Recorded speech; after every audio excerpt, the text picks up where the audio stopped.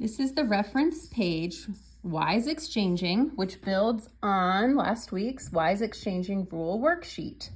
And I will give a disclaimer, I did not understand the part about the silent final E being dropped because we're talking about WISE, and I'm gonna ask about that, but we're just gonna skip it when I'm explaining. So,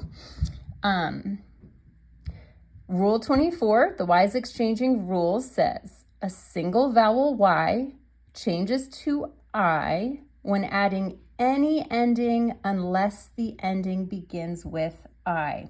So we talked about that some last week. We're going to talk about it more today and add some words and examples to a reference page.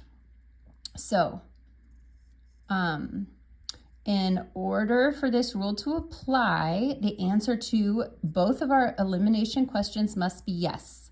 Does it end with a single vowel Y? And does the suffix begin with any letter other than I? We remember that a single vowel Y is any Y that follows a consonant. It's also any Y that is not part of a multi-letter phonogram. And you see these are our multi-letter phonograms that end with Y, and there's another vowel in front of the Y every time. A suffix, so this is for question number 2, a suffix is an ending that we can attach to words. In English, we do not double the letter I. So if a suffix begins with the letter I, like ing, we would not change the Y to I before adding the suffix, or you would get 2 I's.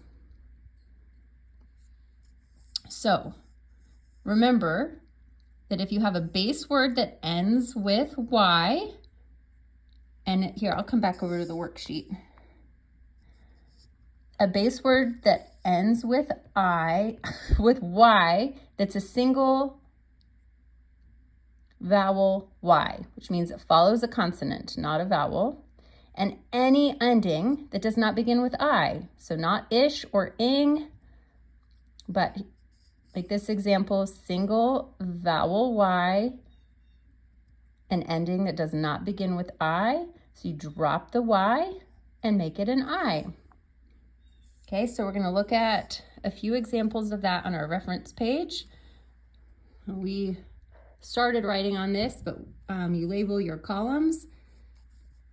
First column is base, second column is Y to I, third column is keep Y.